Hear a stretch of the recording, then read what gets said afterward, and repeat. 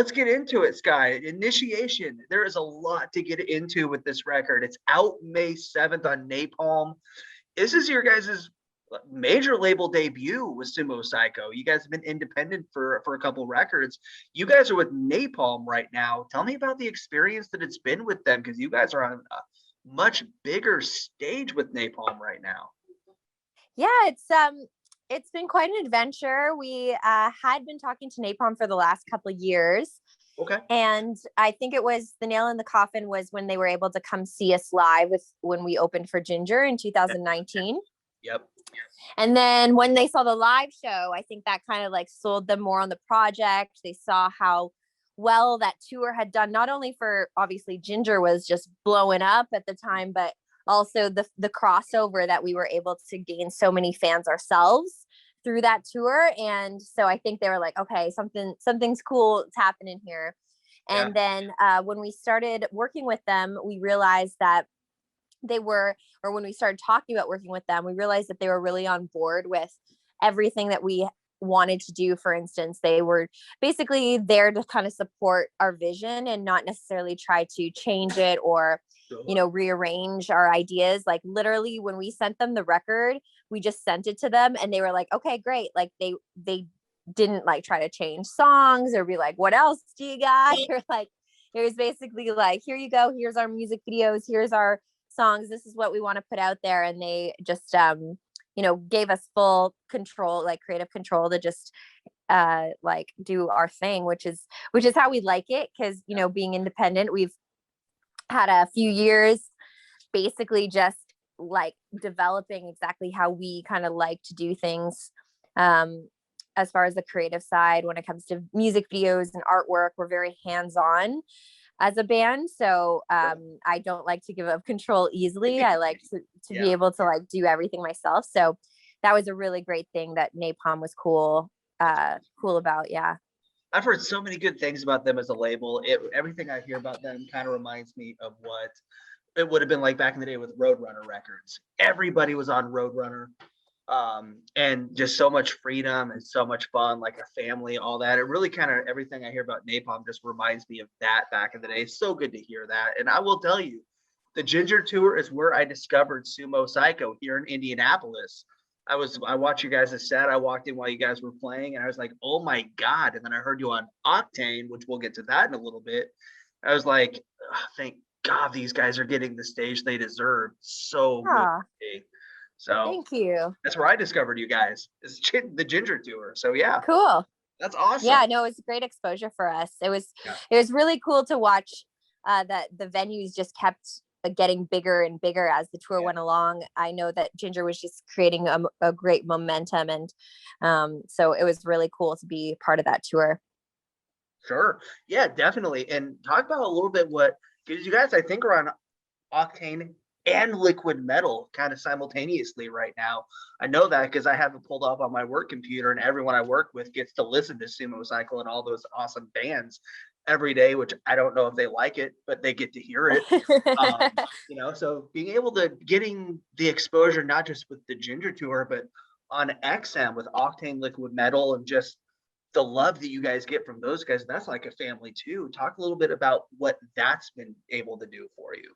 Yeah, well, I gotta say, Jose's been an amazing support. He started, with our song Bystander on Liquid Metal, pretty much as a surprise to us. Like we really hadn't done a proper, what they call like a radio campaign or push yet. And he was an early supporter and really just like kind of jumped on the train, which was awesome. And from there, when that built a little momentum, it was played on the test drive at Octane and got a few spins for a while. It was like the 13th most played a few weeks ago. Like it was really, really great.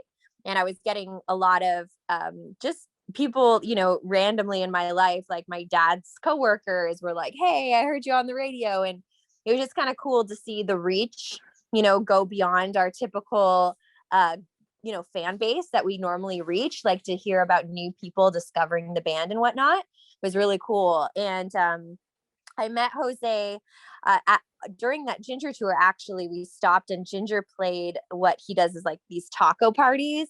and they're playing the taco party, and we just came out to hang, and I got to meet him. And so I think it was kind of, it's funny how those little things you do back in the day kind of come full circle when we have a single release. He's probably like, oh yeah, I remember that band. They showed up at my taco party. And, so it's been really great. We've been really thankful for having the support on Sirius.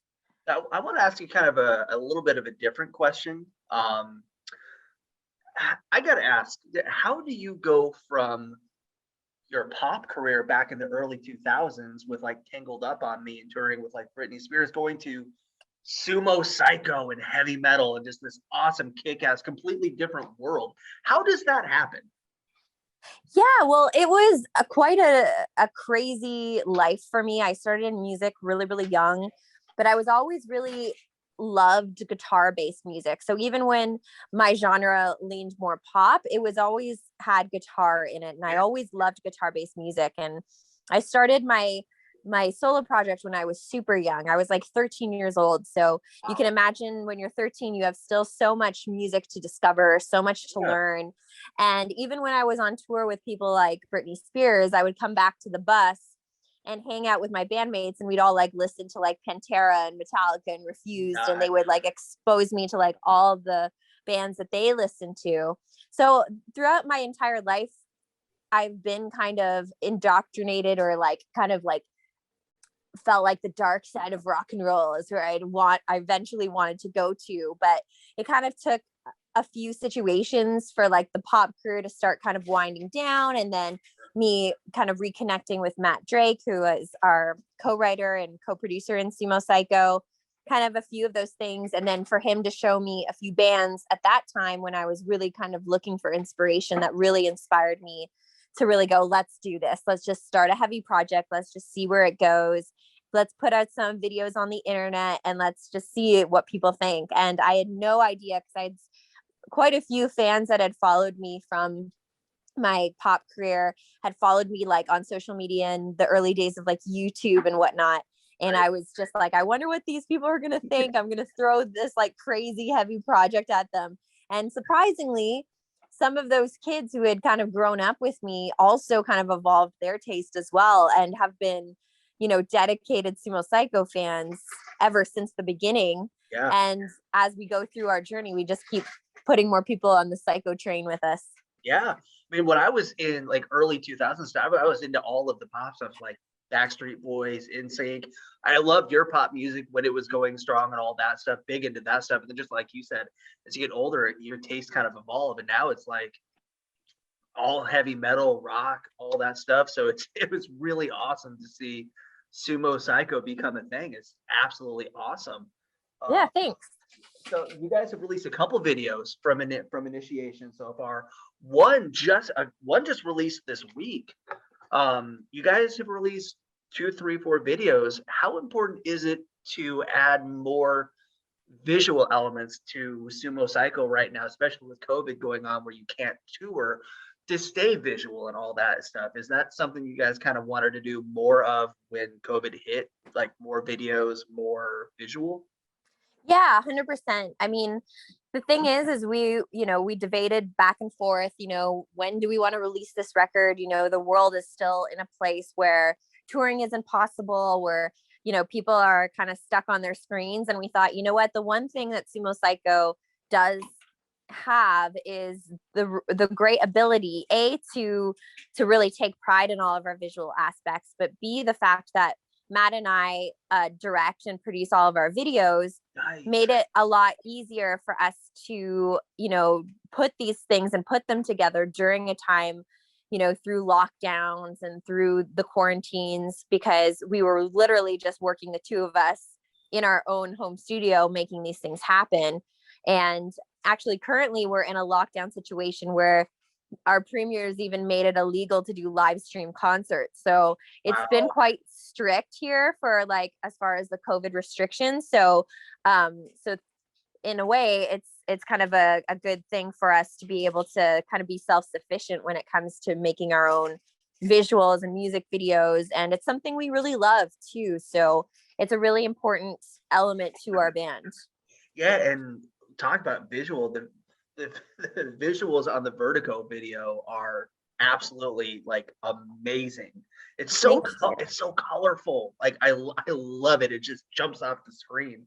Videos Thanks. like that with like the VR elements and all like the glitter and all that stuff. I mean, and then the bystander video as well. Very, very visual. It's how much goes into kind of the treatment for those music videos and putting those together.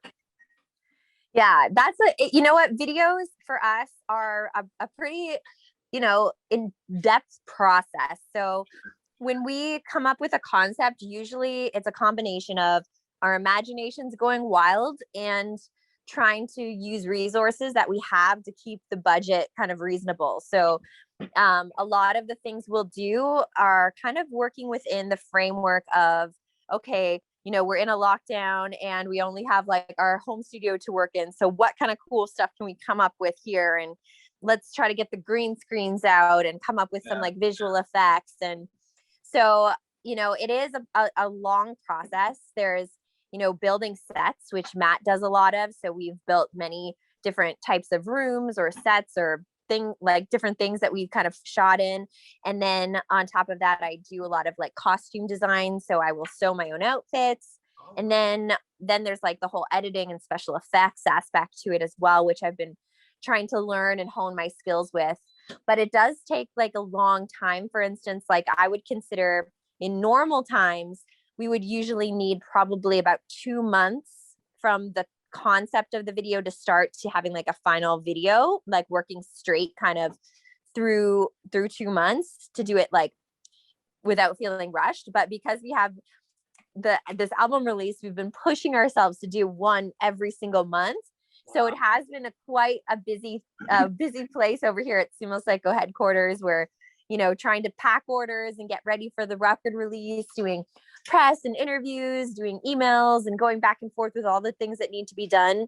And then, designing merch and all this stuff, and then trying to squeeze in all these shoots in between. So it has been super busy, but it's definitely kept us focused in a time where I think a lot of us can feel a little lost within the industry right now, not knowing exactly what the future holds. It's given us a lot of energy to keep pushing ourselves moving forward, Right. So Psycho City, is that an ongoing theme that you guys want to keep building on, or is that something you guys really just did for the Lost in Psycho City record? Yeah, it's Psycho City is our ongoing kind of world that all the music video takes place in, and all of our artwork kind of references this alternate universe where anything goes. And it's kind of like a comic book version of our world that we live in. So for instance, one of our reoccurring characters we use a lot is this big skull head kind of mascot with spiral eyes, and we call them our terrornauts. They're like astronauts, but they bring terror because they're an intergalactic mafia. So we have all this kind of like fun, fan fiction, I guess, kind of thing with all these different characters that we've built throughout the course of the band. And it's kind of like a fun thing for our fans to help create with us. For instance, right now, you can go onto our website at sumocyco.com and you can take a quiz to see which Psycho City gang or faction you belong to. So there's 4 different gangs that you can belong to in Psycho City right now, and you can kind of pick your pre-order package based on which one you belong to, and each of them kind of echo the themes that we've been showing in our music videos for this record. So if the fans want to go deep, there's lots of Easter eggs with the 4 gangs in all of the 4 videos. And as the record cycle progresses, I'm sure people will see more and more of that shine through. And I just wanted to also mention, we have for this record, we also are releasing a limited edition book, which is a 28-page photo book that kind of shows the 4 different factions and has exclusive photos and kind of explains slightly a little bit more about these gangs and who's in them. So it's kind of like a fun little side project that kind of goes along with the band as we keep making music. Oh, that's awesome. Two quick questions for you before we wrap up real quick. How much has working with Kane Churko and the Churkos helped add elements to your guys' music? Yeah, Kane is super talented. We had a blast working with him. What a beautiful facility they have in Vegas at Hideout Recording Studios. It really felt, for a band that does a lot of our stuff very DIY, it was kind of a refreshing, fun experience to kind of take a trip outside of our normal studio situation, visit a state-of-the-art studio and work with a producer as professional as Kane, and his dad and the whole family that works there is really, they're so cool, great people. And we learned a lot from Kane, not only with writing the two songs Vertigo and Overdrive that appear on the record, but it also pushed Matt as a producer and engineer as well, because he's always open to learning more things. And I think being able to sit, kind of in the co-pilot chair with Kane, see how Kane kind of goes through his process, really helped inspire Matt to kind of push himself as well as a producer. So I know that when he came back from that trip, our goal was to make the songs on the record sound as big as Kane was able to make those two songs sound. So it really helped us step up our game. And so we took a lot out of that experience, more than just the two songs, with us into the future. Nice. And for you guys, what comes first, the lyrics or the music? Most of the time it's the music, but I will say there's been a few songs where there's like a certain like line, like that hook that just, we're like, we have to put this in the song. This is what we're writing the song around. Okay. But most of the time it does stem from Matt, who's kind of locks himself into his kind of own computer studio world and just starts making these crazy tracks using drum machines and playing guitar over layers. And he just comes up with these ideas and then kind of sends them over to me, and I kind of work with what he gives me as like a jumping off point for inspiration for the vibe of the song. Okay. Yeah, because there's so many different elements to your guys' music. It's not just straight up heavy metal or rock and roll. There's a lot of sounds, elements, different genres, just meshing things together. So it was really, really cool to listen to and hear. So I just wanted to ask how that, like, which comes first? Because so much going on, it's really cool. You almost sometimes you have to listen to a couple of these songs a couple times too to really appreciate everything you guys are doing on some of this stuff. It's really cool. Thanks.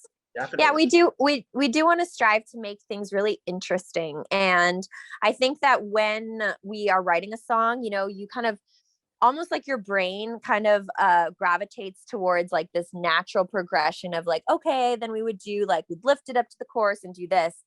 But our idea with Sumo Cyco was always to throw like a monkey wrench in the situation, to go like, okay, you're going to assume that we're probably going to go to a breakdown here, but we're going to throw a monkey wrench into the system, and we're going to do like a dance hall beat with like a calypso vibe, or we just try to catch people off guard a little bit. And that's what's kind of fun about the project. I love it. Initiation coming out May 7th. It's hard to believe it's only a few weeks away, but knocked it out of the park with this one. Love it. I listened to it twice yesterday alone. I have a feeling more times are coming today. So Skye, thank you so much for working with me, making this happen today. This has been amazing. Thank you so much. Oh, thank you, Reggie. I'm glad we were able to reconnect.